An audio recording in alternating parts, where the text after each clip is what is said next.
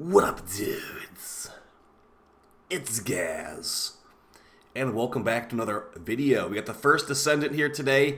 We have a day one impressions and basically mini review of the game. I've been waiting for this one to come out for a long time. It feels like multiple years at this point because it has been. And yeah, it's finally out. So let's go ahead and judge what we have in front of us today. This will be going over a lot of the issues, or not issues, aspects of the first Descendant. There will be a couple issues covered in here too. But overall, I'll be giving you a point of view if I think this is worth playing as of the day one version of this game. Reminder too, there might be patches in the future that make it better or worse, but we're going over the launch version of the game right now, so let's get right into it. And I'm also a big, I like to play a lot of Warframe. I played thousands of hours of Warframe.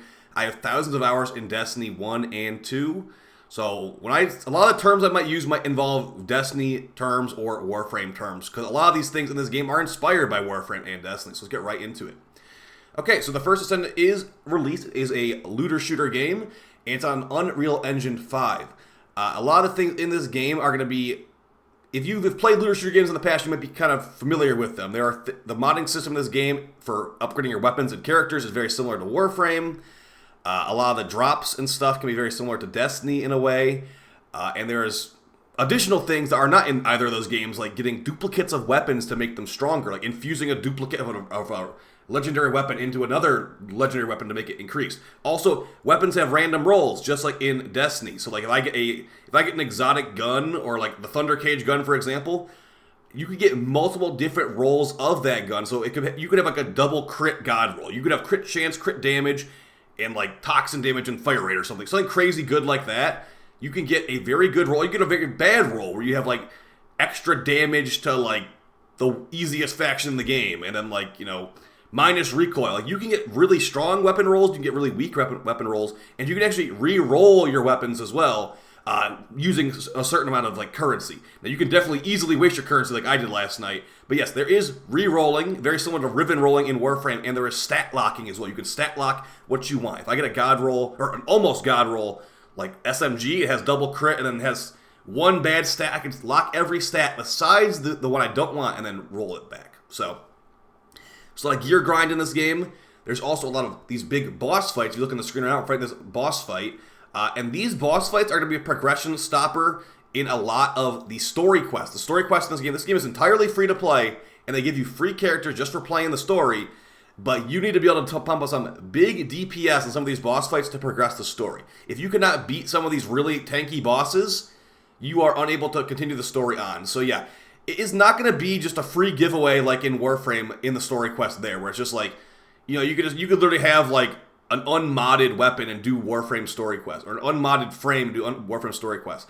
For this, you need to actually have maybe not good gear, but you need to be able to kill a high level boss, or get carried through one, I suppose. So yeah, a lot of high level boss fights in this one. Now the everyday gameplay of this is just gonna be doing generic missions, like clearing out an exterminate mission, clearing out a defense mission, and then you'll get a reward at the end. This game, just like Warframe, has relics as well. We're gonna fast forward a little bit into this fight. You can see I got a relic to drop from here. You can actually open up relics when fighting these bosses too. So we killed the boss, interception successful. When you kill the bosses in this game, it's a big loot pinata they drop on the floor. But after you kill the boss, you actually go to where the boss's corpse is, and there's a thing to open up your relics. So these relics will drop from missions, like defense missions and stuff like that, and you can open the relic at the boss. There's also other places to open relics too, but yeah, these are called amorphous material. It's the first Descendant's version of relics, and yeah, one of the biggest complaints that people have had on day one is going to be the monetization practices that are reflected here are a little bit on the, you definitely knew what you were doing side here. When you're looking at the reactors in this game, the energy activator item that I just had a 3% drop rate for right there, the energy activator item is over $20 item, because there is no bundle that would allow it. It's a 1,200 platinum item basically, and the bundles to buy that, there is no 1,200 platinum. There's 1,000 platinum and 1,500. So you have to spend it's $50 I want to say, to get enough platinum to buy one reactor. So yeah, this game has Prime Access. This game has reactors. This game has Forma, but the reactors are extremely high priced. So that's going to be one of the major issues for a lot of people on day one, is the monetization of some of the stuff in this game. Now, as far as general gameplay, The story quests in this game will have you going around these different areas and clearing out these different objectives, and there's different drops there with, like, varying drop rates. You can get lots of, you can be excited to get some rare mods to drop from some of these missions. And yeah, there's crossplay and cross progression apparently too. Crossplay for sure. I have not tried cross progression myself. I'm gonna try on PS4. This game's actually on PS4 as well, surprisingly. So if you only have a PS4 and don't have a PC or anything like that, this game released on PS4. As a PS4 owner in 2024, I am kind of surprised by that. I didn't think we were gonna get any new games on PS4 ever. But yeah, we got the first Descendant. So. And I heard it works pretty well on PS4 as well. So if you want to download on PC, then cross-progress on PS4, it sounds like you can do that. I'm probably going to actually end up doing that too, do some easier missions on my couch, and then grind out the more intense stuff on my PC. So yeah, lots of build room here. Like there's mods for like increasing your power strength, increasing your duration, just like in Warframe. And then just like in Destiny, there are going to be dungeons we get really... No, I haven't actually gotten to those yet, but there's some really late-game dungeons you can get to as well. So...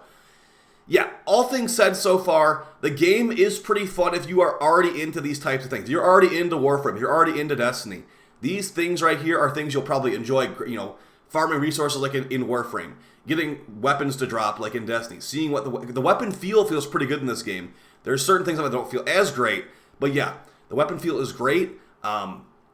And additionally, there is a lot of customization. Like I said, you can mod your weapon. So, like for example, I got a pistol here. I can mod that pistol for toxin damage. Just because it has built-in ice damage doesn't mean I can't mod it for toxin damage too. You could have a built-in elemental weapon in this game, and then also put in a elemental mod to have double elemental. There is no combined elementals, but yeah, here's some of the stuff that's like Destiny here, like the gear score, increasing your overall gear level. That's important. The more you do that, the stronger you'll be, just like in Destiny. So. There's lots of features in this that are like Destiny. You can also infuse items up. If you have an item you like I like the electric reactor on my electric character, and I like it so much, I could take down the road, I could infuse that one up to a higher level version to actually keep my gear I found later in the game. So, really good stuff there. Additionally, they do give you the character I'm using right now, Bunny, for free within like an hour of gameplay. So, if you want to I'll probably do a video on this in the future, but if you want to compare this game to Warframe, there are things this game does worse than Warframe monetization-wise. There are things this game does a lot better than Warframe monetization-wise. One of those things being, you get 10 character slots just off the bat in this game. In Warframe, you get 2. So as far as being, forced to pay money or forced to get something, in Warframe, you only get 2 Warframe slots. So if you want more than 2 Warframes, you must find a way to purchase them. But... that being said, Warframe does have player trading. They said that they might add player trading to this eventually, but there's no for sure yet, okay? So, as you can see here, modding screen, very similar to Warframe's modding screen right here. I would show you guys this stuff in game, but the servers are currently down. So I'm showing you some gameplay footage of my previous live stream last night. But if the game servers come back, I'll be streaming it more tonight, guys. So, a lot to do here. We're pretty far in the story quest, but I think overall, as far as a first impression and is it worth playing, I think it is worth playing if you are caught up in Warframe. If you have done everything in Warframe, you are caught up in Destiny even too, this is a new game for you. It is very similar vibes to Warframe and similar vibes to Destiny in a way too, but this is basically what Outriders should have been. If you remember Outriders, the looter shooter that I was supporting a couple years ago, the devs for that game did not listen to the players. The devs for this game are listening to the players a lot. They have delayed this game by 2 years, and it's now a lot better than it was when it was going to be first originally coming out. The story mode and stuff like that, you'll meet some of the characters in the story mode that you are going to be using. But overall, it's just going to be pretty much just going through these missions, killing all the enemies. If you got the Bunny character like I do, you're going to blast everything electric AoE. And everyone in the game has the Bunny character because she's free in the story. So I think it's safe to play. Now, as far as spending money on it, I have not yet. They actually just gave us a compensation bonus. Now, if you got this far in the video, if you are someone playing the first Descendant, the compensation bonus they gave us for the problems they were having with purchases, those boosters, you should save those boosters until we have all the meta strats figured out. Or wait until you have time to farm. We just got a bunch of boosters given to us in the inbox message. Be careful with those. If you open up and activate those right away, they will be active immediately, and you will be potentially losing out on using your boosters to the maximum degree. So be aware of that don't claim your boosters until you actually need them. But yeah, there were some issues with purchases not actually giving them to you immediately at launch. That's been fixed, and they give us a bunch of compensation for it, even people that didn't buy anything. So good first step from the devs. We've got, good dev communication, also compensation for bad things that happened already. Very good stuff here. So it's looking like good, pretty bright on day one. The servers have not been too terrible. Besides, right now the servers are currently down.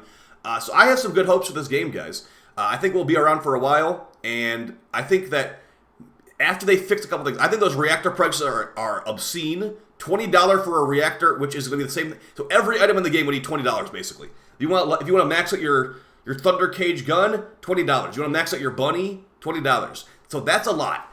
That being said, though, once we get to the point where we can farm reactors, it shouldn't be as bad. But the problem is getting the reactor blueprint is a 3% drop rate. So if you can get a 3% drop rate for your reactor, it shouldn't be bad. But 3% is 3%. So do you want to fight with a 3% drop rate? You want to drop $20. Either way, we'll find out if they're going to change this stuff in the future. Either way, I think the game is fun to play, and that you should try it out as well. It is free to play, and you can use my creator code if you are buying anything to support the channel monetarily. Alright guys, I'll see you in the next video. Hopefully the servers come back soon so I can stream this the rest of the night. But yeah, either way, I'll be streaming it as soon as I possibly can, as soon as the servers allow. And we'll have new First Descendant videos on the channel and new Warframe videos as well. So take it easy, and I'll see you next time. Peace.